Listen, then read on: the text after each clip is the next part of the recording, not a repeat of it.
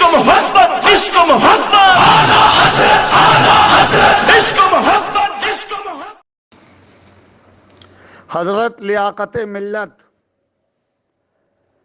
دامت برکاتکم، خدائے پاک آپ کو خوشیاں اور شادمانیاں عطا فرمائے۔ آپ کے حکم کی تعمیل میں اس خادم عبدالرحمن خان قادری نے حضرت شیخ بایزید بسطامی رحمۃ اللہ تعالی علیہ کی بارگاہ ولایت میں چند الفاظ عقیدت پیش کرنے کی سعادت حاصل کر لی ہے۔ یہ آپ کی تحریک پر ہوا، آپ کے حکم پر ہوا، ضرور اس کا اجر آپ کو حاصل ہوگا۔ آپ نے حکم فرمایا، کتاب پڑھی میں نے، کافی معلومات میں اضافہ ہوا اور گھنٹوں حضرت شیخ کے سلسلے میں عرض کیا جا سکتا ہے، لیکن اختصار کو مد نظر رکھا۔ میں آپ کا بہت شکر گزار ہوں کہ آپ کتابیں پڑھنے کا موقع عنایت فرماتے ہیں۔ خدائے پاک مجھے بھی حوصلہ اور جذبہ، یوں کہیے کہ توفیق خصوصی مرحمت فرمائے کہ میں اس کے نیک بندوں کا ذکر کر سکوں اور وہی ذکر میری نجات اور فلاح کا ذریعہ بھی بن جائے۔ دوسری بات یہ ہے کہ یہ خادم امسال رمضان المبارک میں مدینہ منورہ کی حاضری کا عزم مصمم رکھتا ہے۔ دعا کیجئے کہ خیریت سے حاضری ہو۔ بیمار رہتا ہوں، ارادہ کر لیا ہے کہ بارگاہ رسالت سے شفاعت اور اپنی ذات کے لیے شفا اور صحت مانگ کر لاؤں گا۔ اس کے لیے میں حاضر ہونے والا ہوں 15 رمضان کو انشاءاللہ مدینہ منورہ میں۔ تو آپ سے گزارش ہے کہ وہاں جو آپ کے مرید اور عقیدت مند ہیں ان کو اطلاع کر دیجئے تاکہ وہ کوئی اپنے گھر میں مختصر محفل رکھ لیں اور یہ حضور مفتی اعظم کا نام لیوا مدینہ منورہ میں ذکر مدینہ کرنے کی سعادت حاصل کر سکے۔ خورد و نوش اور رہائش کا کوئی مسئلہ نہیں ہے۔ جس ٹور کی معرفت جا رہا ہوں سب کچھ انہی کی ذمہ داری ہے، ہوٹل میں قیام بھی اور خورد و نوش کا انتظام بھی سب انہی کی ذمہ داری ہے۔ بس یہ کہ آپ اپنے چاہنے والوں کو اطلاع دے دیجئے کہ وہ سرکار کے روضہ پاک پر ملاقات کر لیں، اور ہو سکے تو ان کا نمبر مجھے میرے موبائل پہ بھیج دیجئے، نام کے ساتھ نمبر، اور میں مدینہ منورہ پہنچ کر خود ان سے رابطہ کر لوں گا۔ آپ کے اخلاص اور آپ کی محبت سے امید ہے کہ ضرور آپ اس طرف توجہ فرمائیں گے اور مدینہ منورہ کے اپنے ملنے والوں کو اطلاع دے دیں گے، مجھے ان کا نمبر دے دیں گے تاکہ میرا ان سے رابطہ ہو سکے، اور کچھ وہاں مدینہ منورہ میں ذکر مدینہ بھی ہو سکے، ذکر بغداد بھی ہو سکے اور ذکر مشائخ بھی ہو سکے۔ السلام علیکم ورحمۃ اللہ وبرکاتہ۔ عاشقان غوث اعظم، گدایان اولیاء امت، وفاداران مسلک اعلی حضرت و جملہ سامعین بزم سلطان العارفین رحمۃ اللہ تعالی علیہ، السلام علیکم ورحمۃ اللہ وبرکاتہ۔ ولی کے قرب سے قرب حضور ملتا ہے، ولی کے در سے دلوں کو سرور ملتا ہے۔ ولی کے قدموں پہ قلب و جگر نثار کرو، ولی کے عشق کا بدلہ ضرور ملتا ہے۔ تیرے مزار پہ حاضر ہوں مرشد برحق۔ الحمدللہ یہ خادم عبدالرحمن خان قادری اس وقت اپنے مرشد برحق سیدی سرکار مفتی اعظم ہند کے آستانہ معلیٰ پر حاضری کی سعادتیں حاصل کر رہا ہے۔ تیرے مزار پر حاضر ہوں مرشد برحق، تیرے مزار سے آنکھوں کو نور ملتا ہے، تیرے مزار سے آنکھوں کو نور ملتا ہے۔ محترم حضرات، حضرت شیخ سلطان العارفین بایزید بسطامی رضی اللہ تعالی عنہ کے فضائل و محاسن و اوصاف و کمالات بیان کرنے کے لیے، بلکہ یوں کہیے کہ ان کی بارگاہ ولایت و کرامت میں اپنی عقیدتوں کا خراج پیش کرنے کے لیے یہ خاکسار، یہ ناچیز عبد الرحمن خان قادری حاضری کی سعادتیں حاصل کر رہا ہے۔ خدائے پاک اپنے محبوب صلی اللہ تعالی علیہ وسلم کے طفیل ہمارے آقا و مولا سید الاولیاء سرکار غوث اعظم رضی اللہ تعالی عنہ کی ولایت کے وسیلے سے ان الفاظ کو قبول فرمائے اور نجات و فلاح دارین کا ذریعہ بنائے۔ محترم حضرات، سلطان العارفین حضرت شیخ بایزید بسطامی رضی اللہ تعالی عنہ کا مقام رفیع اور ان کا رتبہ علیہ کتنا بلند و بالا ہے، ہماری فہم کی اس تک رسائی نہیں۔ فہم و ادراک سے بلند و بالا ان کا مقام۔ سید الطائفہ حضرت شیخ جنید بغدادی رضی اللہ تعالی عنہ، جو بڑے بڑے مشائخ طریقت کے شیخ کامل ہیں،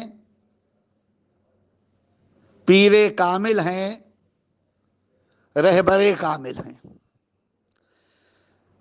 بڑے بڑے اللہ والوں نے شیخ جنید بغدادی رضی اللہ تعالی عنہ کی بارگاہ ولایت میں اپنی عقیدتوں کا خراج لٹایا اور اپنی جبین محبت و عقیدت ان کے دربار میں خم کی۔ یہ سرکار غوث اعظم رضی اللہ تعالی عنہ کے بھی مشائخ میں سے ہیں۔ کون؟ شیخ جنید بغدادی رضی اللہ تعالی عنہ۔ یہ حضرت شیخ بایزید بسطامی رضی اللہ تعالی عنہ کے سلسلے میں کیا ارشاد فرماتے ہیں، سنیے۔ اسی ارشاد سے اندازہ لگایا جا سکتا ہے کہ شیخ بایزید بسطامی رحمت اللہ تعالی علیہ کا مقام کتنا بلند و بالا ہے۔ شیخ جنید بغدادی ارشاد فرماتے ہیں، جیسے فرشتوں میں حضرت جبریل امی ممتاز ہیں، ویسے ہی مشائخ طریقت میں، بزرگان دین میں، اللہ والوں میں حضرت بایزید بسطامی رضی اللہ تعالی عنہ ممتاز و مخصوص ہیں۔ اس ارشاد سے اندازہ لگائیے کہ کتنا عظیم و جلیل مقام ہے حضرت شیخ بایزید بسطامی کا۔ فرشتوں کی تعداد تو اللہ جانتا ہے، یا اس کے بتانے سے اس کے محبوب جانتے ہیں، کون جانے کہ فرشتے کتنے ہیں۔ اور تمام فرشتوں میں 4 فرشتے ممتاز و مخصوص، اور ان 4 فرشتوں میں بھی حضرت جبریل امی ممتاز و مخصوص۔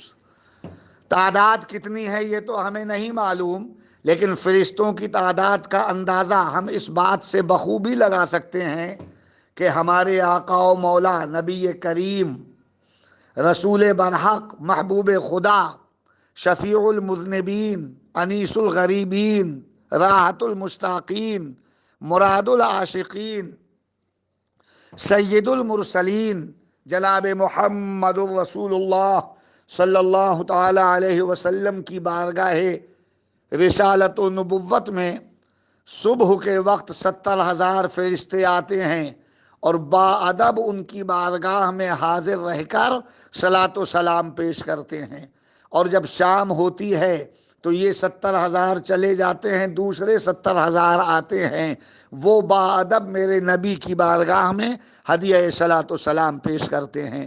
اس طرح 1,40,000 فرشتے روزانہ دربار رسالت میں آتے اور جاتے ہیں۔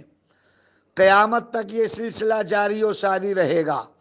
سرکار دو عالم کا وصال 11 ہجری میں ہوا، اس 11 ہجری سے اور وصال کی تاریخ سے آج تک یہ سلسلہ جاری و ساری ہے۔ کتنے فرشتے اب تک آئے ہوں گے اور کتنے قیامت تک آئیں گے، شمار سے باہر ہے۔ اور یہ بھی سن لیجئے کہ جو فرشتہ آ چکا ہے ایک بار دربار رسالت میں، فرشتوں کی تعداد اتنی ہے کہ جو ایک بار آ چکا ہے دوبارہ اس کو حاضری کا موقع نہیں ملے گا اور اس کا نمبر نہیں آئے گا۔ یہ ہے فرشتوں کی تعداد۔ اعلیٰ حضرت نے اسی مضمون کو قلم بند کیا، فرماتے ہیں 70,000 صبح ہیں، 70,000 شام، یوں بندگی یہ زلف و رخ 8 پہر کی ہے۔ تلمیح کا شعر ہے، کیا خوبصورتی کے ساتھ اعلیٰ حضرت نے نبھایا کہ شام کو رسول کونین کی زلف اور صبح کو رسول کونین کا رخ زیبا۔ یہ ہے تشبیہ کا ایک اعلیٰ نمونہ اور ایک اعلیٰ مثال۔ یوں بندگی یہ زلف و رخ 8 پہر کی ہے۔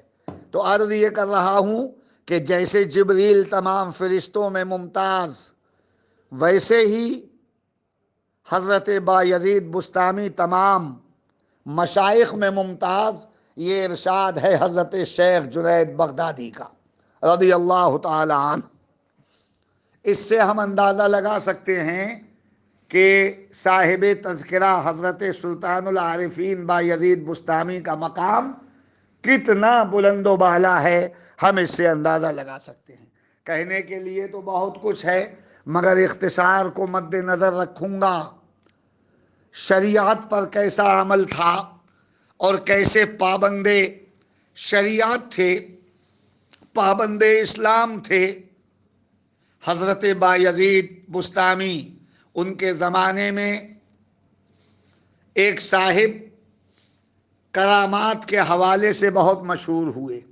لوگوں نے حضرت شیخ بایزید بسطامی کی بارگاہ کرامت میں عرض کیا کہ حضور قریب ہی میں ایک درویش قیام پذیر ہے، اس نے اپنی جھونپڑی ڈال رکھی ہے، کرامات کا ظہور و صدور ہوتا ہے اس سے، اور خلق خدا اس کی زیارت سے اپنے دلوں کو سرور بخشتی ہے۔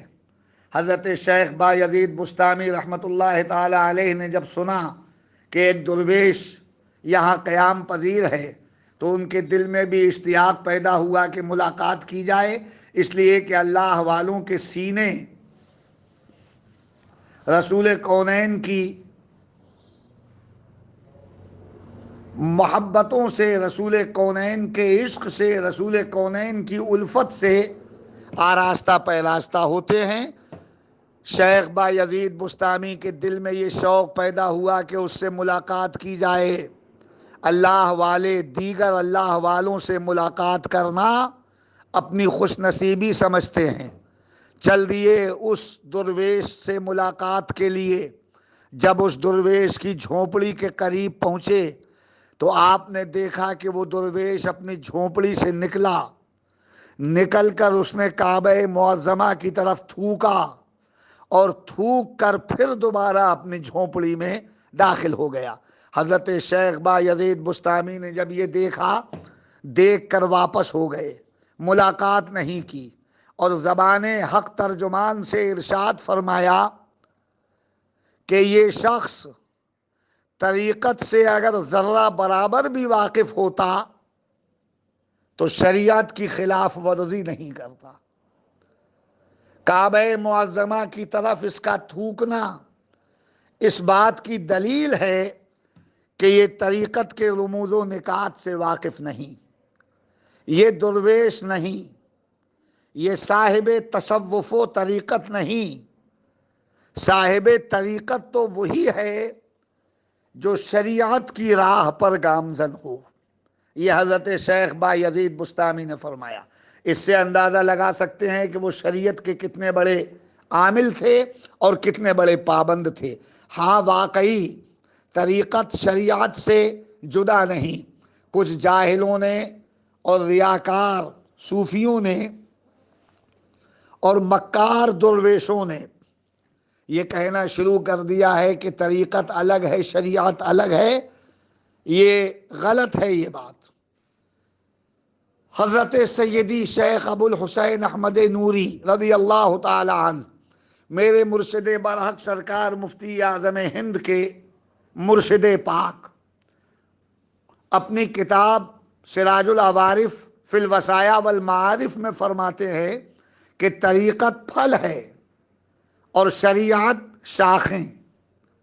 شاخیں ہی اگر نہیں ہوں گی تو پھل کہاں سے آئے گا؟ اعلیٰ حضرت ارشاد فرماتے ہیں کہ طریق کا معنی ہے راستہ.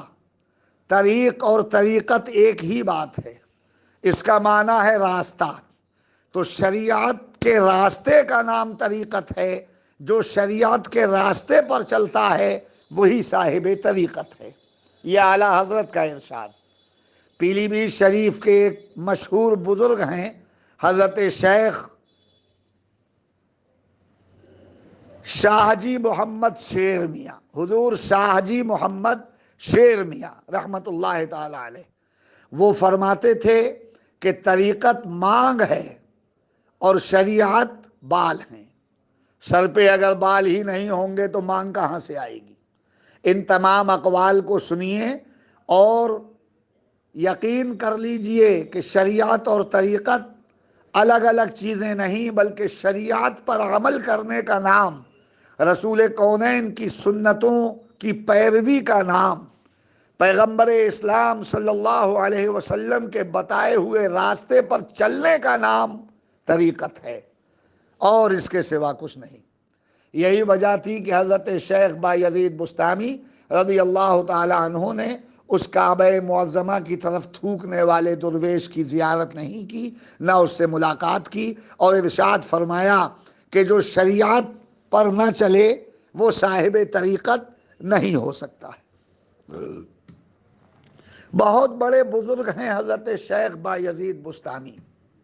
لوگ ان کی خدمت میں حاضر ہوئے کہ حضور مدت گزر گئی، بارش نہیں ہوئی ہے، فصلیں سب سوکھ رہی ہیں، جانور پیاس کی شدت سے تڑپ رہے ہیں، ندی اور نالے سب خشک ہو گئے، تالاب بھی خشک، کنویں بھی خشک، کرم فرمائیے. حضرت شیخ بایزید بستامی نے مراقبہ فرمایا اور چند لمحوں کے مراقبے کے بعد سر اٹھایا اور آنے والوں سے ارشاد فرمایا کہ جاؤ پرنالے درست کرو، بارش آ رہی ہے. یہ لوگ اپنے گھروں پر پہنچے کہ جھما جھم بارش، جھما جھم بارش. یہ ہے ان کی روحانیت کا عالم کہ زبان سے جو نکل جاتا ہے اللہ رب العزت کی قدرت اس کو پورا کر دیتی ہے. اس موقع پر مجھے اعلیٰ حضرت کا ایک نہایت ہی خوبصورت شعر یاد آتا ہے کہ سوکھے دھانوں پہ ہمارے بھی کرم ہو جائے، سوکھے دھانوں پہ ہمارے بھی کرم ہو جائے، چھائیں رحمت کی گھٹا بن کے تمہارے گیسو. یا رسول اللہ، چھائیں رحمت کی گھٹا بن کے تمہارے گیسو. بہت سی کرامات حضرت شیخ سلطان العارفین سے صادر ہوئیں، کتابوں میں مرقوم ہیں. اس مختصر وقت میں گنجائش نہیں. وہ بہت بڑے اللہ والے تھے، شب و روز عبادت میں گزارتے تھے. اللہ کا ذکر کرنا، رسول کونین کی محبت کے جذبے سے سرشار رہنا اور جام عشق رسول پی کر شب و روز اسی میں مست رہنا، سرکار دو عالم کا نام نہایت ادب و احترام کے ساتھ لینا اور بارگاہ رسالت میں حاضر ہو کر نہایت ادب و احترام کے ساتھ پیکر عشق بن جانا، یہ حضرت بایزید بستامی رضی اللہ تعالی عنہ کی خصوصیت ہے. ان کے حوالے سے یہ فارسی کا شعر بھی بہت مشہور ہے کہ ادب گاہیست زیر آسماں از عرش نازک تر، نفس گم کردہ می آید جنید و بایزیدی جا. یہ نبی کونین کی بارگاہ مکرم ہے.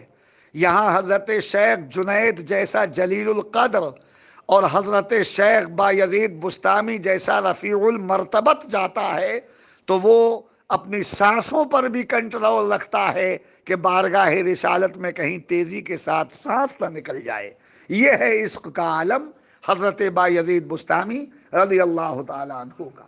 یہ بڑے پائے کے بزرگ تھے، ان کی شان میں جتنا بیان کیا جائے اتنا کم ہے. اللہ کی جناب میں عرض کرنے لگے، اے پروردگار تیری بارگاہ کا، تیری جناب کا قرب چاہتا ہوں.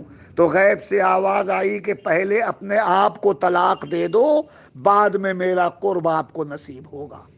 معلوم یہ ہوا کہ جب تک آدمی کے اندر نفسانیت موجود ہے، خودی اور علانیت موجود ہے، اس وقت تک اسے اللہ کی بارگاہ کا قرب نصیب نہیں ہوگا. قرب خداوندی کی نعمت اسی خوش نصیب کو حاصل ہے کہ جو پہلے اپنی انا کو فنا کر دے. انا کو فنا کرنے والا ہی اللہ کا محبوب ہوتا.